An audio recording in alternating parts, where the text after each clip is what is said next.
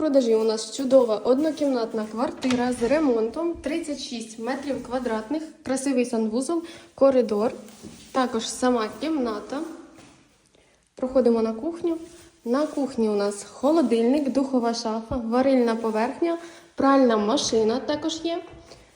Місце під холоди. Який нахуй холод? Місце для телевізору. Сюди ви можете поставити диван і буде плюс одне спальне місце для ваших гостей. Також є вивід для встановлення кондиціонеру. Телефонуйте для уточнення інформації або бронювання перегляду цієї красивої однокімнатної квартири.